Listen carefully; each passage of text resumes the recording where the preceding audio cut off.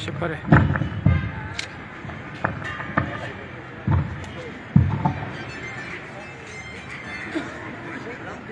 मेहरबानी दोस्तों, साईं स्टेज ते वेठल दी इंटेलेक्चुअल फोरम जा प्रेसिडेंट नामवर वकील ने को डेडिकेटेड सियासी रहनुमा intellectual writer supreme court advocate Masood Ahmad Noorani sahab, Jawahar खटक साहब, पावड़ साहब, डॉक्टर साहिबा, साईं मलिक साहब ने साईं महर साहब।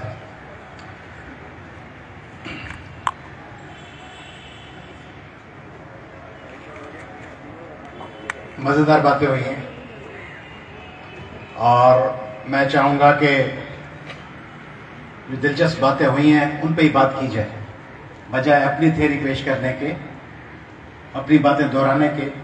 जो बातें पावड़ साहब ने की, खटक साहब ने की, हलीम आदिल शेख साहब ने की, महर साहब, दुनिया का एक मशहूर एपिक नज्म है, मंसूब किया जाता है क्योंकि हिस्ट्री तो है नहीं, होमर से, ग्रीक पोएट होमर, उसकी एक जंगी नज्म है ओडेसे। उसका जो मेन किरदार है ओडेसिस, उसका एक तारीखी जुमला है, समंदर के सफर पे है, एक तरफ भंवर है पानी का और दूसरी तरफ एक डायन है, समुद्री डायन, स्काइला। तो वहां से एक जुमला बड़ा जबरदस्त पैदा हुआ है, जब भी मुश्किल हालात दोनों संगत हों तो कहा जाता है between the devil and the deep blue sea, शैतान और गहरे समंदर के गर्दाब के दरमियान, दोनों तरफ मुश्किल हालात, दोनों तरफ चैलेंजेस, दोनों तरफ खतरा। यानी अगर हम भूल जाएं कि वफाक में कोई और है, हम समझें कि संधी बैठे हुए हैं और उस तरफ को छोड़ दें और सिर्फ संध में बात करें, तो 18वीं तरमीम के बाद क्या नहीं है जो संध के पास नहीं है। बिल्कुल I fully agree and I fully endorse this view कि जो मुजीबुर रहमान साहब के पॉइंट्स थे, 6 पॉइंट्स, उसमें सवाए निजी मलेशिया और अपनी फोर्सेस के बाकी तमाम अख्तियारात मिले हुए ऑलमोस्ट। यानी कौन सा संध का महकमा है जो सिंध हुकूमत के पास नहीं है, या पंजाब हुकूमत के पास नहीं है, या बलूचिस्तान हुकूमत के पास नहीं है। Education, health, police, revenue, public health, rural development, communication and works, irrigation, Sindh के अवाम के या बलूचिस्तान के पीके और पंजाब के अवाम के जो रोजमर्रा के मसाइल हैं, उनमें से ऐसा कौन सा इशू है जिसकी तरफ थारू शाह के बंदे को, छाछरों के बंदे को, खिपरों के बंदे को इस्लामाबाद की मदद की जरूरत है उनके मसाइल के हल के लिए? कौन सा ऐसा इशू है जो एक शख्स बैठा हो नवाबशाह के किसी गांव में, या दादू के किसी गांव में, जोई में बैठा हो, या लालू रात में बैठा हो, और उसको उसके लिए इमरान खान की या नवाज शरीफ की या परवेज मुशर्रफ की या ज़ियाउल हक की आज के दौर में मदद की जरूरत हो? वो तमाम शोबे तो सिंध हुकूमत के पास है। सिंध में इश्यूज क्या है? पानी नहीं है, इरिगेशन,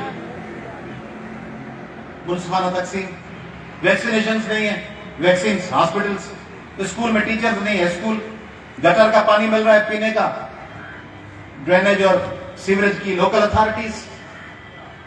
कौन सा इशू है जिसके लिए जमपीर के बंदे को या गौसपुर के बंदे को या मीरपुर माथेले को कोई मदद चाहिए अक़वाम मुत्तहिदा की या वजीर आज़म की या सदर पाकिस्तान की या चीफ ऑफ आर्मी स्टाफ की या डीजी रेंजर्स की या कोर कमांडर सिंध की? कौन सा इशू?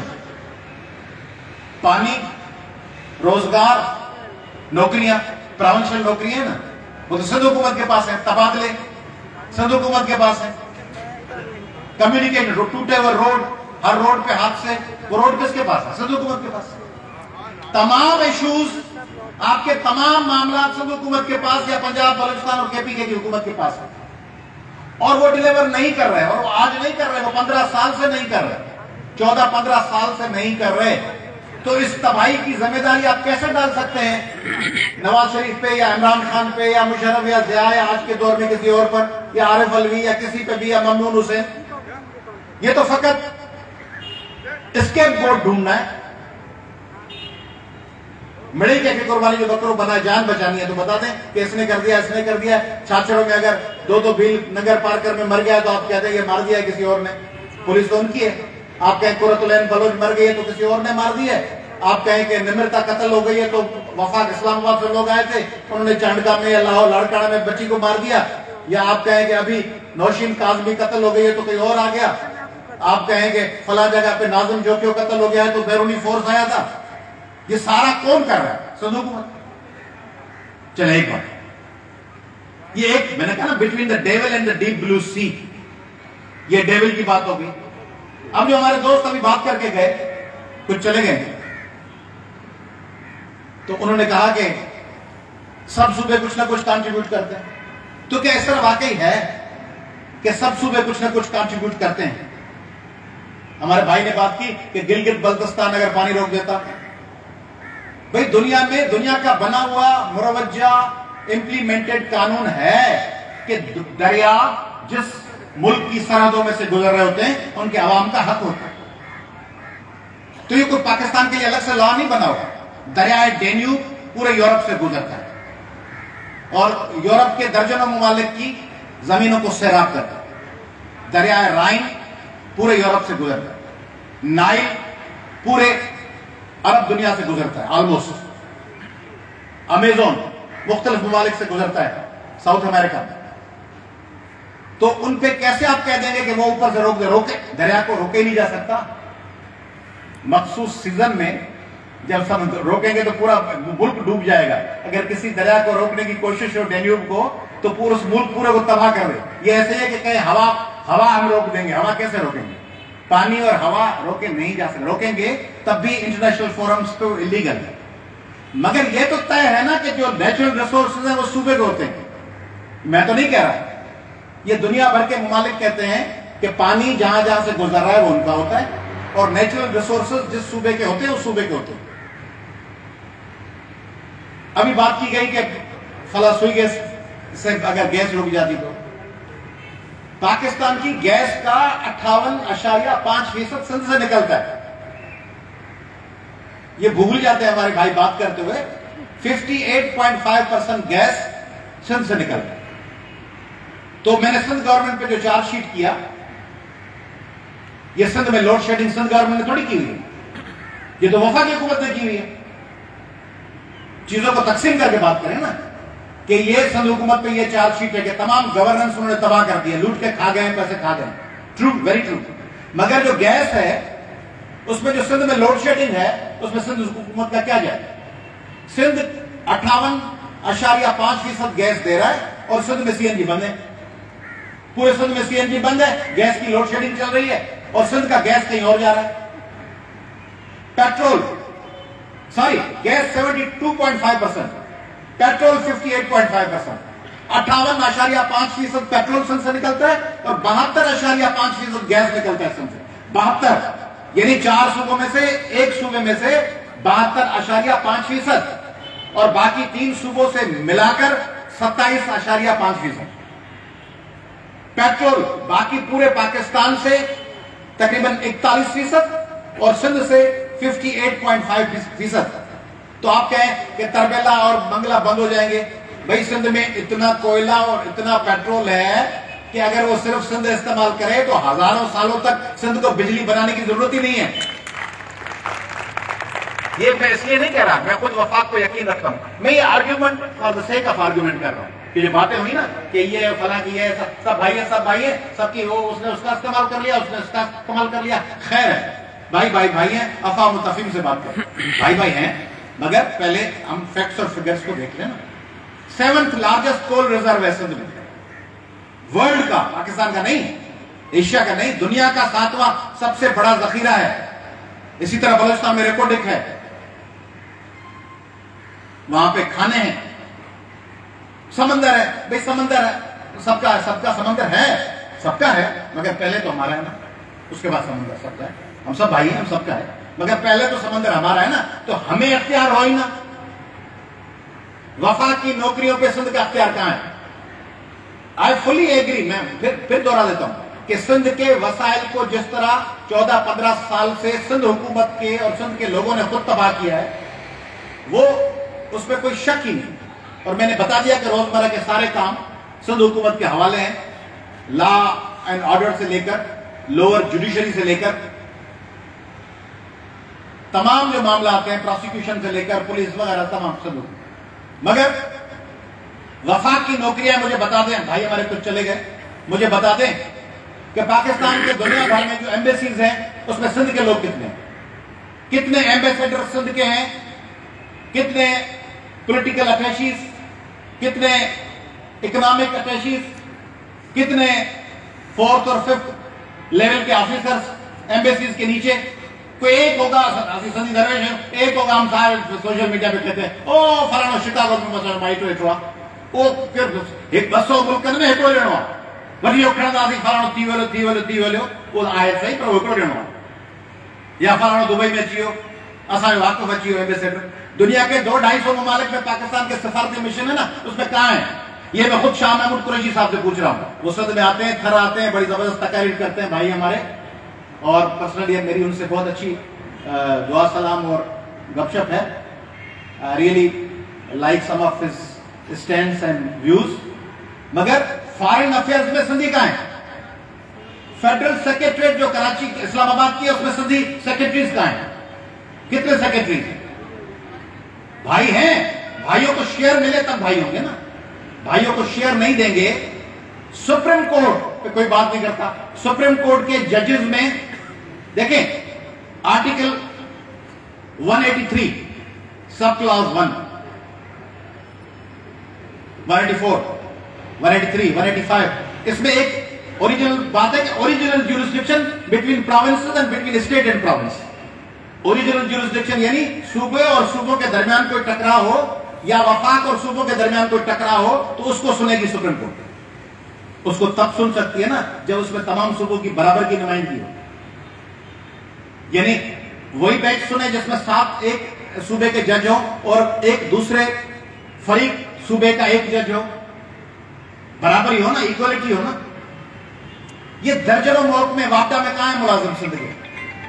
मैं सिर्फ सिंधी नहीं कह रहा, मैं सिंध के कह रहा हूं। सिंध में रहने वाला, सिंधी बोलने वाला, उर्दू बोलने वाला, पंजाबी बोलने वाला, पश्तो बोलने वाला, जो परमानेंट रेजिडेंट है, जो कल परसों नहीं आया, जो डिकेड से रह रहा है, वो हमारे भाई हैं।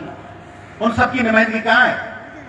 वापडा में, पीटीसीएल में, नेशनल हाईवे अथॉरिटी में, मोटरवे में, कहां है? सुई साधारण गैस में, सुई नादरन गैस में कहां है? नहीं है। आटे में नमक के बराबर नहीं है लोग। अभी माशाल्लाह 2 मेजर जनरल हुए हमारे, पहले बहुत पहले होने चाहिए थे हमारे मेजर जनरल। अभी भी अच्छा है कि 2 मेजर जनरल साहब हुए हैं, नहीं तो कर्नल और ब्रिगेडियर से ऊपर लोग नहीं आते थे कई डिकेड्स तक। सिंधी लेफ्टिनेंट जनरल भी होना चाहिए, सिंधी एयरफोर्स का हेड भी होना चाहिए, सिंध का बंदा नेवल का, वो भी उतना ही मोहब्बे वतन है, उतना ही कॉम्पिटेंट है माशाल्लाह। आपने देख लिया सियाचिन पे, दूसरे जगहों पे सिंध के सोल्जर जिस हिम्मत से लड़े हैं, वो मिसालें हैं। और हमारे कुछ अजला के लोग तो बड़े, उनमें बड़ा जज्बा, वो मार्शल कहा जाता है, वो इसी घोटकी के, गदकोट के, जैकबाबाद के, सखर के, शिकारपुर के, खैरपुर के, लाड़काना के, खबर शवाबकोट के लोग जहां जहां गए उन्होंने बड़ी जबरदस्त परफॉर्मेंस दी। क्रिकेट की टीम है, कहां है खिलाड़ी? हॉकी की टीम है, कहां है खिलाड़ी? स्क्वाश में खिलाड़ी कहां है? पीएसओ में कहां है? स्टेट बैंक में कहां है? नेशनल बैंक ऑफ पाकिस्तान में कहां है? नीचे नहीं कह रहा कैशियर और क्लर्क के मटियारी में आप कैशियर बिठा देंगे, आपका अपना बंदा बैठा हुआ है। प्रेसिडेंट स्टेट बैंक के अब तो IMF को देने के लिए तैयार है, मगर किसी सिंध के बंदे को रखने के लिए तैयार नहीं है। नेशनल बैंक में, UBL allied bank, Pakistan television corporation, PSO, intelligence bureau, इन इदारों में सिंध की नुमाइंदगी होनी चाहिए ना। सिंध के लोग बराबर के शेयर होल्डर हैं और पाकिस्तान हमारा मुल्क है, तो सिंध के लोगों को बराबर का शेयर मिलेगा। देखें, बंगालियों को अलग करने का फार्मूला कहां से आगाज हुआ? पाकिस्तान की जो हुकूमत आई, हुकूमत से आते ही 75 साल गुजर गए हैं, पुरानी दास्तान है, हम सुन सुन के मजबूर हैं, क्योंकि उसी पे बुनियाद रखनी है। 1940 का रेजोल्यूशन है ना, उसमें क्या कहा गया? Autonomous and sovereign constituent units. Autonomous, खुद मुख्तियार और आजाद, इंडिपेंडेंट, आजाद अलग मुल्क नहीं, कॉन्स्टिट्यूएंट यूनिट्स, खुद मुख्तार, अपना फैसला खुद करने वाले, इंडिपेंडेंट, ऑटोनॉमस, सोवरेन। 1940 का रेजोल्यूशन, उस पर अमल कहां हुआ? लियाकत अली खान साहब आए, वो दूसरे मुल्क में उनकी रिहाइश थी, इस तरफ आए, उन्होंने कुछ न कुछ काम कराची कुछ इलाकों के लिए किया होगा, मगर फिर उनको मौका भी नहीं मिला।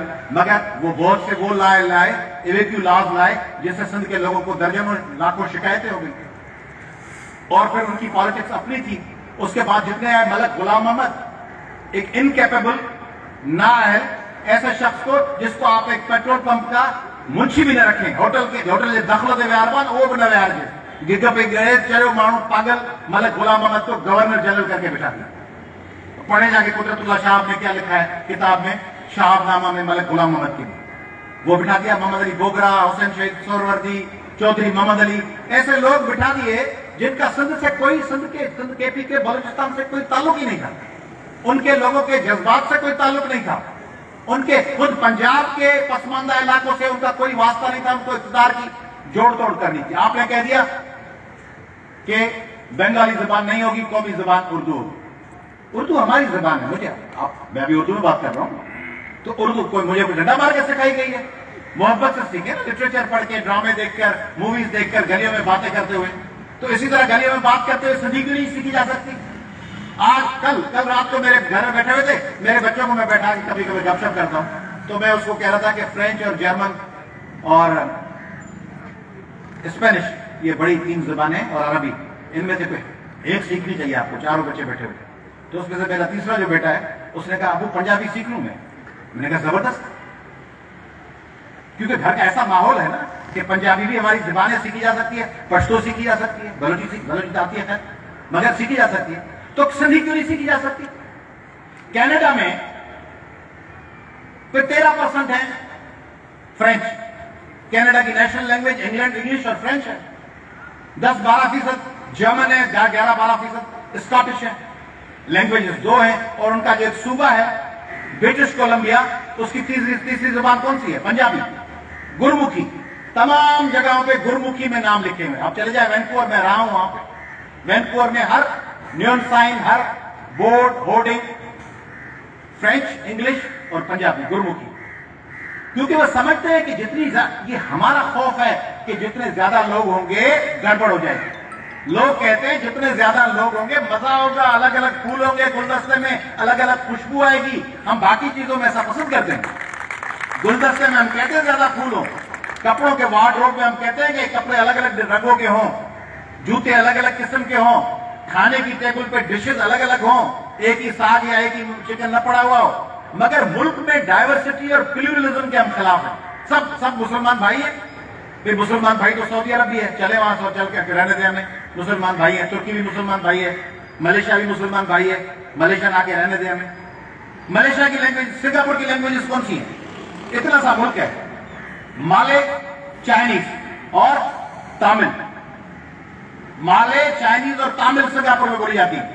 स्विट्जरलैंड, फ्रेंच, जर्मन, इटालियन और रोमांश, 4 लैंग्वेजेस हैं। आपको तकलीफ होगी कि सिंधी, पंजाबी, पश्तो, बलोची अगर कौमी जबानें बन गई तो मसाला क्या मसला होगा? स्विट्जरलैंड से ज्यादा खुशहाल हैं आपके मसलों के पीछे चले जाएंगे। आप कनाडा से ज्यादा खुशहाल हैं कि तबाही की तरफ पीछे चले जाएंगे, क्या होगा? हम तो पहले ही तबाह और बर्बाद होने के करीब जा रहे हैं हुक्मरानों की वजह से। तो अगर ये तमाम चीजें हमारे पास होती, लैंग्वेजेस होती, तो हम तो फ्लोरिश करते, हम तो फैलते। एक भाई ने और बात की कि सही यहां सब दूर से आए, कोई बलोच भी पता नहीं कहां से आए हैं, सैयद भी पता नहीं कहां से आए हैं, और समाज भी। ऐसे तो भाई फिर इंग्लैंड और पंजाब और जर्मनी और फ्रांस में भी आप कहेंगे ना, तो सब लोग अफ्रीका से आए, क्योंकि ह्यूमन एवोल्यूशन में पहला जो इंसान की इंतका हुई वो अफ्रीका के कॉन्टिनेंट में हुई थी। तो फिर तो सारी दुनिया में जो लोग कहें वो अफ्रीका से आए, तो फिर हम कहेंगे सब अफ्रीकन है। देखा यह जाता है कि कितना अरसा हो गया प्लस उनका इंटरेस्ट जुड़ा हुआ है उस सूबे से। सिंध के पानी की किल्लत पे जो सिंध के लिए आवाज बुलंद करेगा वो सिंधी है। सिंध के पानी पे जो आवाज बुलंद करेगा, लातालुक पानी तो सिंध को, जब दरियाए सिंध में पानी आएगा तो वो कराची भी आएगा ना। तो आप अजीब बात नहीं है कि आप कह रहे हैं कि मेरी टोटी में पानी दे, ऊपर टंकी बंद कर देना। मेरी टोटी में, मेरे नलके में पानी, टेप में पानी खोल दे, कराची का पानी हो, ऊपर टैंक खाली कर दे। टैंक खाली हो जाएगा तो कराची को पानी कहां से मिलेगा? जब आप दरियाए सिंध में पानी रुकवा देंगे चश्मा झेलम और तौसा पंजत के जरिए और कालाबाग और दूसरे डैमों के जरिए, और फिर आप कहें कोटरी बैराज में पानी नहीं होगा तो किंजर कुजो कैनाल कहां से पानी लेगा? और कलमी बगाड़ फीडर से कहां से आएगा? हालेजी और किंजर में कहां से पहुंचेगा जो कराची में आएगा? अजीब मंतक नहीं है कि बाकी सिंध को पानी मिले ना मिले, यहां के पानी से हमारा वास्ता है। गैस और पेट्रोल सिंध से वास्ता नहीं है। एक और कॉन्सेप्ट है, वही भाई ने कहा, कराची टैक्स देता है। हमारे बहुत से भाई बोलते हैं, अभी वो आज उनमें से कुछ नहीं है, तो कराची टैक्स देता है। दादू गए मैं टैक्स देता हूं। दादू के शहर में जो चीजें दादू के बाजार में बिकती हैं वो आती कहां से? दादू की गली में पैदा होती है क्या? वो कोई जोही से आती है, कोई सीता से आती है, कोई राधड़ से आती है। वो दादू में जितनी चीजें बिकती हैं कोई बेहड़ से आती है, खैरपुर नाथन शाह से।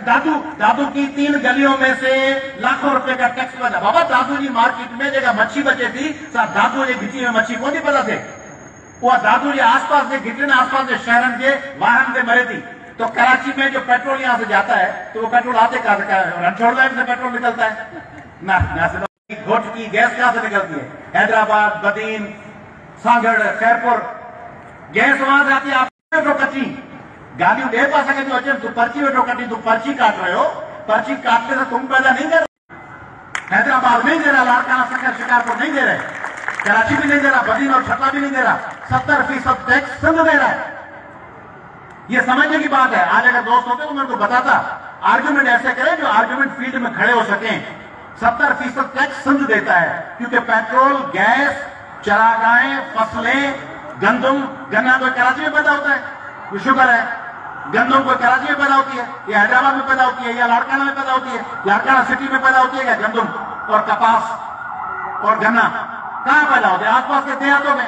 लाड़काना में बिकने के लिए आ जाएंगे तो लाड़काना बेचने की वजह से उसका तो मालिक हो गया। ये गलत एक कॉन्सेप्ट है, इसको दुरुस्त करने की जरूरत है। फेडरेशन का बुनियादी कॉन्सेप्ट है क्या? फीडर्स, लेजेंड है, एग्रीमेंट। सारा बुनियादी कॉन्सेप्ट है एग्रीमेंट, मुआहदा। मुआहदे ना बड़े मालोवेस रिबेंट्रॉप मुआहदा था बड़ा, रशिया और जर्मनी के दरमियान, सुलह हुदैबिया, मुआहदों पे लोग अमल करते हैं। 1940 की करारदाद एक मुआहदा था। 18वीं तरमीम भी एक मुआहदा है तमाम सूबों के दरमियान, और फेडरेशन भी एक मुआहदा है। इस फेडरेशन के मुआहदे में सिंध के लोगों को अपना हिस्सा दें। और फिर आपको तो पता है ना, हम उन लोगों में से जो समझते हैं कि पाकिस्तान होना चाहिए, हम उन लोगों में से जो समझते हैं कि एक ये दौर छोटे छोटे टुकड़ों का नहीं है। एक बड़ा मुल्क हो बराबरी की बुनियाद पर, एक बड़ा कामयाब मुल्क तब होगा जब छोटा नहीं होगा, बड़ी साइज में होगा। क्योंकि हम ये नहीं चाहते कि एक छोटा सा सूबा हो सिंध जितना, वो मुल्क बन जाए और उस मुल्क में बैठे हो हमारे ये सिंध वाले साहब, जिसकी चाहे जमीन पे कब्जा कर लें, 1000 एकड़ इसके ले लो, 500 एकड़ इसके ले लो, पेट्रोल पंप इसका ले लो, जज अपनी मर्जी से बना लो, जो न माने उस जज को मरवा दो, जो आईजी न चाहे उसको तबादला कर दो, जो आईजी है उसको गिरफ्तार कर दो। यहां तो ये होता ना, अगर बड़ा मुल्क न होता, सुप्रीम कोर्ट नहीं होती, पार्लियामेंट नहीं होती, तो हम सबको घरों से निकाल के फेंक देते। ये सिंध के हुक्मरान वो बैठे होते। तो हम चाहते हैं बड़ा मुल्क हो, मगर इन सिंध के हुक्मरानों को हमारे सर पे मुसल्लत किसने किया? फेडरेशन। भुट्टो को फांसी चढ़ाने की क्या जरूरत थी? भुट्टो को सिंध के लोगों ने फांसी नहीं चढ़ाया ना, फेडरेशन के रिप्रेजेंटेटिव लोगों ने चढ़ाया ना। भुट्टो को फांसी न चढ़ाते मजलूम न बनते, बेनजीर कत्ल न होती, मजलूम न बनती पीपुल्स पार्टी। नैब के मुकदमे कौन से बंदे को आपने सजा की, कन्विक्शन की?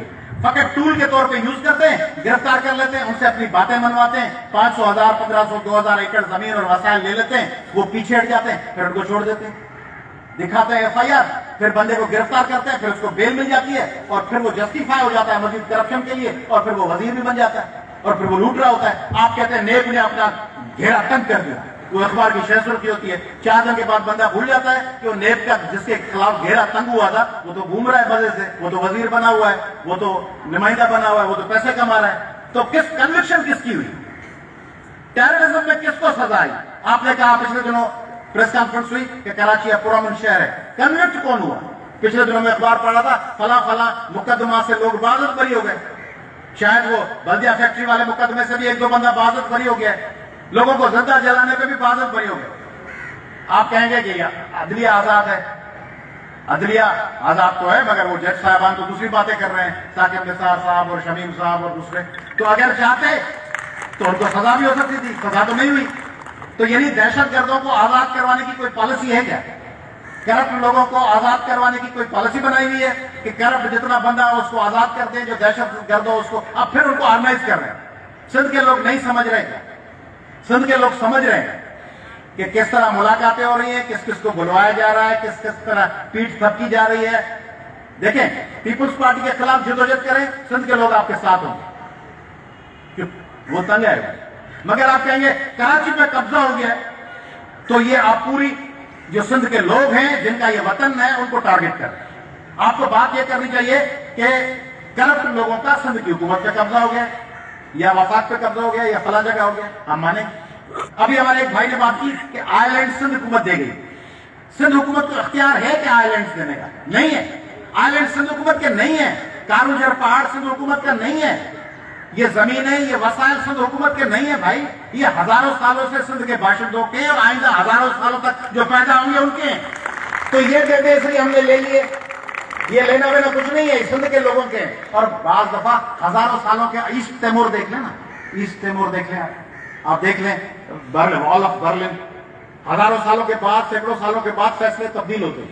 तो ये आप कहते हैं कि हमने दे दिया, उसने दे दिया, लूट का माल नहीं है सिंध के वसाइल, हम सबके हैं। आप फेडरेशन मजबूत तब होगी जब बराबरी होगी। सेनेट किस लिए कॉन्सेप्ट था? अमेरिका में भी सेनेट है, 2-2 सेनेटर है एक रियासत से, नूरानी साहब रहे हैं अमेरिका में, 2-2 सेनेटर हैं, वो उसी स्टेट के होते हैं। उस स्टेट में रहने के लिए हाउस ऑफ रिप्रेजेंटेटिव के मेंबर बनने के लिए 5 साल तक बंदा उस रियासत में रहने वाला, जो कांग्रेस का रिप्रेजेंटेटिव है, हाउस ऑफ रिप्रेजेंटेटिव्स का, और सेनेट बनने के लिए 7 साल से वहां रहता हो। और सदर अमेरिका बाय बर्थ अमेरिकन हो, जमहूरियत है ना दुनिया की, बाय बर्थ अमेरिकन हो, ग्रीन कार्ड नहीं। यहां आप गुज़िश्ता हफ्ते पेशावर से, इस्लामाबाद से, पिंडी से बंदे का यहां पे एक मकान दिलवाते हैं, उसको आप घर लेते हैं, वो सेनेटर बन जाता है सिंध से। फिर आप लाते हैं ऑफिसर्स नादरा में जो सब लोगों को शनाख्ती कार्ड बना के दे रहे हैं, डोमिसाइल बना के दे रहे हैं। यानी ये it's a strategic conspiracy to introduce a demographic change here. ये एक साजिश है सिंध के लोगों को अपने वतन में अकलियत में तब्दील करने, और इसको लोग समझ रहे हैं। अब वो भाई को एक भाई कह के गए कि ये पुराना दौर नहीं है, तो ये पुराना दौर वाकई नहीं है, ये 2022 है। लोग समझते हैं, लोग ट्विटर पढ़ते हैं, सिंध के लोग भी सोशल मीडिया पढ़ते हैं। रोज सुबह कुछ लोग हमारे जैसे मलंग उठ के रोज सुबह न्यूयॉर्क टाइम्स और गार्जियन और डेली मेल और वॉशिंगटन पोस्ट और आरटी और प्रावदा और खलीज टाइम्स और गल्फ न्यूज पढ़ते हैं। हमें पता है कि क्या क्या हो रहा है, इसलिए हमें ये पट्टी मत पढ़ाएं कि अब सब भाई हैं, काम हो गया, बस ठीक है, सब जिंदाबाद, चलो चलो चलो चलो भाई हैं, मगर ये वसाइल सिंध के हैं और बिल्कुल उसमें से पाकिस्तान को हिस्सा मिलना चाहिए, बिल्कुल मिलना चाहिए। हम थोड़ी चाहेंगे कि हमारे दोस्त जो टोबा टेक्सन में बैठे हुए हैं, सियालकोट में बैठे हुए ग्वादर में, या बैठे हुए मर्दान में या नौशहरा में, उनके वो बेचारे उनके पास बिजली ना हो या पेट्रोल ना हो और हम इस्तेमाल करें। मगर भाई जहां से निकलता है वहां तो दें। गैस यहां पे निकल रही है तो पहले यहां दें, पर दूसरी जगह फिर फैसलाबाद की इंडस्ट्री को जरूर दें। फैसलाबाद की इंडस्ट्री भी हमारी इंडस्ट्री, मगर सिंध में तो दें। ये क्या तरीका है कि कोयले में यहाँ पे जो थरी है बंदा, उसको फकत आप कहेंगे ट्रक ड्राइवर बनो, थरी ट्रक ड्राइवर है, बने जबरदस्त जबरदस्त जबरदस्त। एंग्रो में एक थरी ट्रक ड्राइवर, खातून है, थरी है, गाड़ी चला रही है, ट्रक चला रही है, तो सिंधी तालियां बजा रहे हैं। भाई ट्रक ड्राइवर के अलावा जो उनके बोर्ड ऑफ डायरेक्टर्स हैं उनमें थरी है, उसमें कोली भील मेघवाड़ कोई है, उसमें कोई थर का असूल बंदा है। सवाल ये है, और ये एक्सट्रीमिज्म है। आपने पॉलिसी आजमाई, फेडरेशन ने आजमाई, इसमें सिंध हुकूमत का कसूर नहीं है। एक्सट्रीमिज्म की पॉलिसी सिंध हुकूमत नहीं लाई थी, एक्सट्रीमिज्म की पॉलिसी ज़ियाउल हक लाए थे जो फेडरेशन के रिप्रेजेंटेटिव्स थे। और एक्सट्रीमिज्म की पॉलिसी अब अगर उनको बढ़ावा दिया जा रहा है और उन लोगों को मजबूत किया जा रहा है, और सियालकोट में जमीन पे लाशें पड़ी हुई हैं, फैसलाबाद पे पड़ी हुई हैं, इसके नतायज भुगतना होंगे आगे चलकर। FATF में आपको नतायज भुगतना पड़ेंगे, आपके लिए मसाइल पैदा होंगे, आप नहीं समझ रहे। आरजी तौर पर आप काम चला लेते हैं, आज काम चला लो, कल की बात कल देखेंगे, कल की बात कल नहीं देखी। लतीफ साईं सदी में चाहे तो शायरी में अखर गया उभरी वागू थी बयाम, जो मैंने आज जुमले कहे थे कल परसों, वो एलिगेटर्स बनकर, वो मगरमच्छ बनकर, वो मेरे अल्फाज कहे हुए मुझ पे हमलावर हो रहे हैं। तो ये जो आप आजकल कर रहे हैं, जो पिछले दिहाइयों में किया, उसका अभी आप काट रहे हैं उसकी फसल। अब फिर आप चंद चीजों को आप स्ट्रेंथन कर रहे हैं। कुछ को आपने पड़ोसी सूबे में लगा दिया है, कुछ शहरों में कि वो 500,000, 5,000, 10,000 के जुलूस निकल रहे हैं। कुछ को यहाँ अपने सिंध में लगा दिया है कि वो भी 5-5, 10-10, 15-15, 20-20 हजार लोगों के जुलूस निकालें। और हम देख रहे हैं, हम समझ रहे हैं सिंध के लोग कि ये सारे इंजीनियर्ड हैं, इन सबको काम से लगा रहे हैं। कोई कह रहा है कराची पे कब्जा नामंजूर, इन सब में आप इनको ऑक्सीजन दे रहे हैं, आप इनको तैयार कर रहे हैं। ऐसा मत करें, इसके नतायज आखिर में हमें तो काटने पड़ेंगे, इस मुल्क को काटने पड़ेंगे। इसलिए ये हरकतें बंद करें। ये आज बड़ा जबरदस्त मौजू था और बहुत बातचीत हो सकती थी, मगर बहुत देर हो गई है। ये बातें हमें आप एक दूसरे से करनी चाहिए, मगर ये बातें मैं आई वुड सेकंड के ये बातें इस्लामाबाद में करनी चाहिए, लाहौर में करनी चाहिए। लाहौर, पंजाब में बसने वाले, पंजाब में हजारों लाखों लोग हैं जो हमारे इस मौक़िफ़ को सपोर्ट करते हैं। पंजाब के सारे लोग कोई रूलिंग क्लास नहीं है। पंजाब के पश्तूनख्वा के लाखों लोग हैं जो समझते हैं कि सिंध के साथ भी इंसाफ होना चाहिए, और उर्दू बोलने वालों में भी ऐसे लोग हैं लातादार जो समझते हैं कि सिंधी और महाजिर भाई हैं, जिनको साथ चलना है। मैं काफी वक्त से कैंपेनिंग कर रहा हूं, सिंधी और उर्दू बोलने वालों को साथ रहना है, मगर वो तब होगा जब सिंधी लोग उर्दू बोलने वालों के इलाकों में तरक्याती कामों के लिए, उनके सहूलियात के लिए आवाज बुलंद करें। और उर्दू बोलने वाले भाई सिंध के पानी के लिए, सिंध के कोयले के लिए, सिंध के वसाइल के लिए, सिंध में तरक्की के लिए, भाई मेरे, आपको तो आवाज और बुलंद करनी चाहिए। सिर्फ महाजर नहीं, कराची में बसने वाले सिंधी और उर्दू दोनों को बोलना चाहिए कि कंदकोट को फैसिलिटी दो। आपको कहना चाहिए शिकारपुर को दो, आपको कहना चाहिए कि दादू को दो। क्यों? उनके मफाद में नहीं, अपने मफाद में। वहां तरक्की देंगे तो लोगों का इन्फ्लक्स नहीं होगा यहाँ पे। वहां अगर अच्छी हॉस्पिटल होगी तो यहाँ लोग नहीं आएंगे। वहां अच्छी यूनिवर्सिटी होगी और वहां रोजगार होगा, वहां इंडस्ट्री लगेगी खैरपुर में और नवाबशाह और दादू में, तो लोग नौकरियों के लिए नहीं आएंगे। अपनी तख्तगाह में अगर आए तो वेलकम, क्योंकि उनकी तख्तगाह है, अपनी हजारों सालों से कराची सिंध की तख्तगाह है। मगर अगर वहां पे होगा तो वहीं रहेंगे। इसलिए आप सबको आवाज बुलंद करनी चाहिए, और मैं आवाज बुलंद करता हूं आपके तवज्जुह से कि कराची में लोकल गवर्नमेंट सिस्टम और पूरे सिंध में, मगर सिंध की तख्तगाह कराची में बड़ा शहर है, बहुत ऑर्गेनाइज लोकल गवर्नमेंट सिस्टम होना चाहिए। तमाम लोग स्टेक होल्डर्स को अपने एतबार में लेकर, मगर लोकल गवर्नमेंट वो नहीं जिसमें यूनिट इंचार्ज और सेक्टर इंचार्ज और जोनल इंचार्ज कहे कि इसको उठा लो, इसके घर पे निशान लगा दो, इसको बोरी में बंद कर दो, और वाटर बोर्ड में इतने लोग मेरे रख दो, के इलेक्ट्रिक में इतने बंदे मेरे रख दो। जो आपने पॉलिटिकल अपॉइंटमेंट्स की के इलेक्ट्रिक में, और जो आपने पॉलिटिकल अपॉइंटमेंट्स की वाटर बोर्ड में, उसके नतायज है कि कराची तबाह हो गया है, ड्रेनेज में, म्युनिसिपैलिटी में, क्योंकि वो लोग काम नहीं करते थे, वो सब भत्ताखोर थे, वो भत्ताखोर आ गए। और सिर्फ दूसरों की बात नहीं, हमारे तालीमी इदारों में भत्ताखोर थे, क्रिमिनल थे, उन्होंने सिंध की तालीम को तबाह किया कई डिकेड्स तक। तो हमको अपनी बात साफ करनी चाहिए कि सिंध के लोग उर्दू बोलने वाले, बहुत से पंजाबी हमारा साथ देते हैं। सिंध के पानी के इशू पे सांगड़ के, बदीन के, पश्तून बहुत से लोग हैं।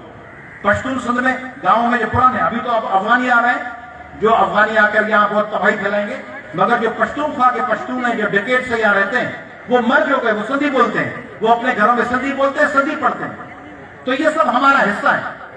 ये बातें अपने एक दूसरे के साथ कर रहे हैं, मगर ये बातें हमारे दूसरे लोगों तक पहुंचानी है। फैज के अल्फाज में आपसे इजाजत देता हूं कि नहीं निगाह में मंजिल तो जुस्तजू ही सही, नहीं निगाह में मंजिल तो जुस्तजू ही सही। अभी लगे हुए ना, अभी जुस्तजू है, काम अभी दूर है।